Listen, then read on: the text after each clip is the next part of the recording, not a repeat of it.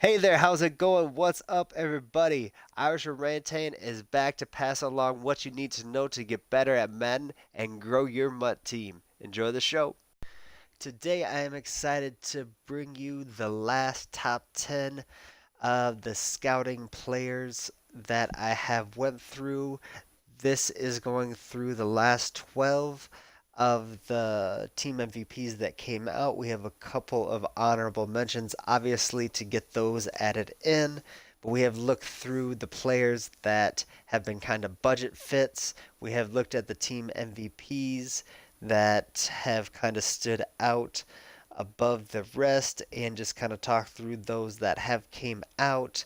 They are really some of the best players in the game. Some of them just fit on budget teams, so that's kind of the reason I have went through what I have went through to help you better understand that. And the last thing that we have discussed, the kind of standout team builders. But today we just have the team MVPs that came out for the NFL playoff teams. Previously, they had offense or defensive players come out. We now have the last of those players that they have decided to put into the game. So we'll get things kicked off with a couple honorable mentions here in just 1 minute. Our first honorable mention is Alvin Kamara. He just is a little bit slow, sadly. He fits on a theme team.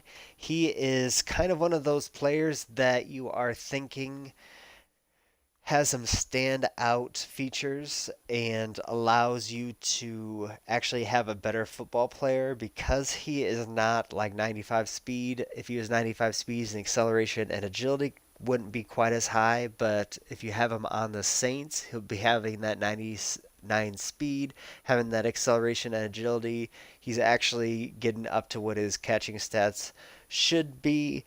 And also, another thing to mention with that, halfback catching I think is considerably lower for MUT drafts and salary cap because they do not want those players coming out and being standouts at wide receiver and allowing you to get away with that and fit them in different schemes. They want wide receivers to be playing those specific positions.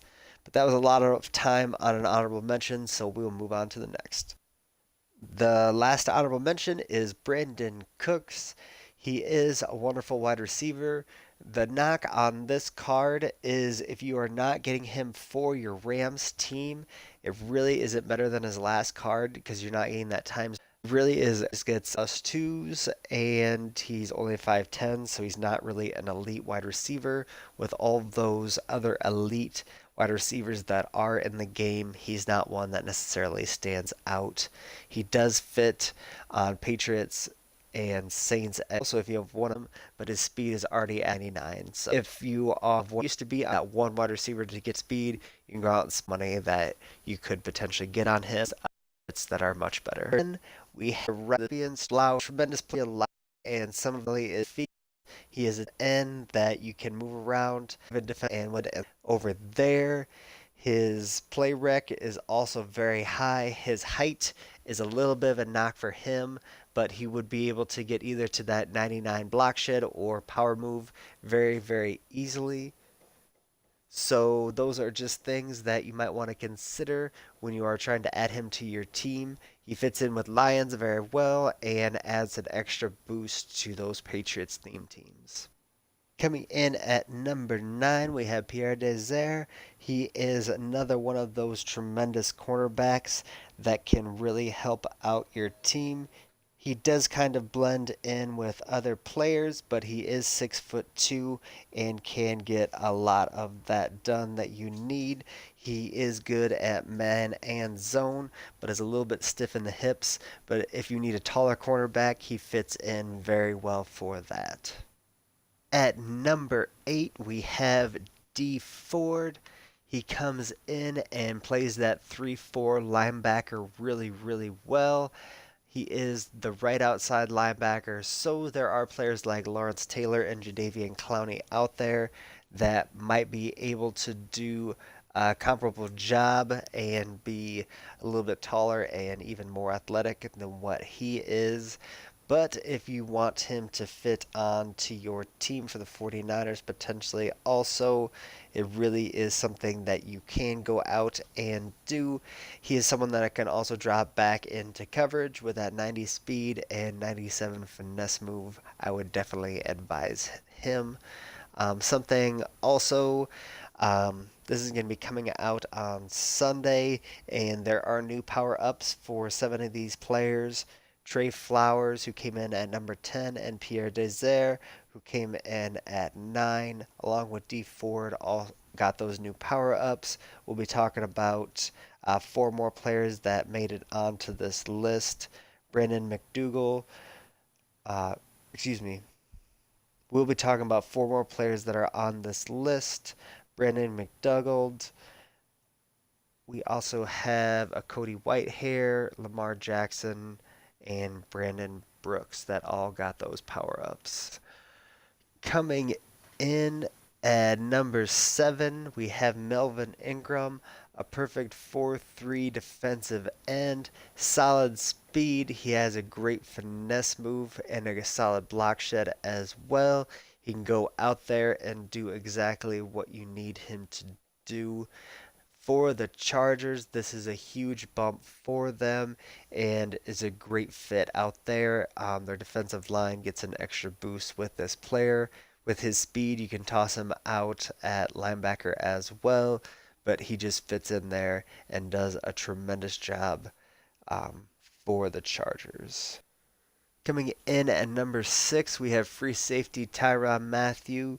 He does a tremendous job in the man coverage. Hit power is very solid playmaking athlete. He does have the knock on him of being 5'9". I'm sure he's heard that his entire life, and he has definitely overcame that to be one of the best safeties in the NFL. But in Madden, it does not help him out. He is also a safety that does not have secure tackler, so that is why he does not make it into the top 5 of this list, but he definitely fits into many Madden teams. He does a great job at slot corner as well. Coming in at number 5, we have Ezekiel Elliott. The reason he only comes in at number 5 is because there are many halfbacks out there that look very similar to him that will be less expensive and actually probably play a little bit better for your team.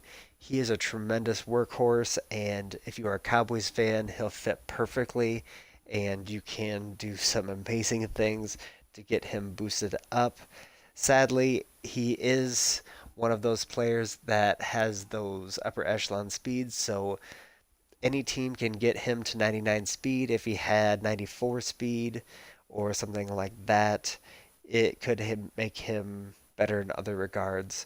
He should really have better trucking on his stats, but just looking at what you can do with him, just with his stock player, for any team out there, he fits for every team, not just the theme. Coming in at number 4, we have Bradley McDougald. I struggle to say his name every time. Try to say McDougal and everything else, but he is a tremendous fit for almost every team. Even better for those Seahawks teams that can get him up to 99 speed. But with his 6'1" frame, tremendous man and zone, and his ability to get secure tackler, and enough lead in the pencil with that hit power to do anything that you really need, he is a great fit for your ultimate team. His play rec is also tremendously high, so he'll be a great fit when you get him powered up. Coming in at number 2, we have Cody Whitehair.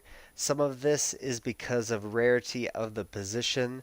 There really are not that many centers out there in the elite status. He definitely makes it up there with his elite run blocking. You don't have to add anything to that, and he'll get 99 once you power him up. But he is a tremendous pass blocker as well, so just add some chemistries to him that way, and he can be your number 1 center until the end of the year. If you are a run blocker, his speed is definitely an added boost, and he should be your number 1 center.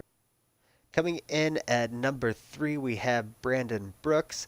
This is a little bit different of a look, but this is actually looking at the set that you would need to put together to actually acquire this player, and there are actually none out on the market. So we're going to look at him a little bit different way. He is a tremendous run blocker and a pass blocker and one of the most elite linemen in the game. So he is someone that you should definitely step out and consider. Some of these players that you need to add in are going to cost you a little bit. The Sproles and Peters especially, as they are rare and being pulled for less and less. But he had one of those power-ups that came out today as well, so just wanted to toss that out there for you. Coming in at number 1, we have Lamar Jackson. He is an absolute beast out there. He is finally someone comparable to Michael Vick that is right-handed that you can go out and run with. Literally and figuratively, he will get up to 99 speed for your team very easily, and his throw power is just a little bit wanting, but that just allows him to put a little bit of touch on the ball. We will be looking at him, Mahomes, Vick, and McNabb to see how they stand out compared to each other, but he just steps in and is one of the top 4 elite quarterbacks in the game. I'm excited to look more closely and see how he stacks up compared to those 3 other players. I do have those 3 powered up. I am planning on doing the same with Lamar over here, and hopefully we can win a Super Bowl with him, if not at least a couple of playoff games. Thank you for checking into the Irish Orangutan channel. Keep coming back to get better at Madden and grow your MUT team. There will be at least 5 videos up a week, so make sure to subscribe and hit the bell button to see them all. Come by Twitch to engage and hit me up on Twitter at Irish Orangutan. Take care and much love, everybody.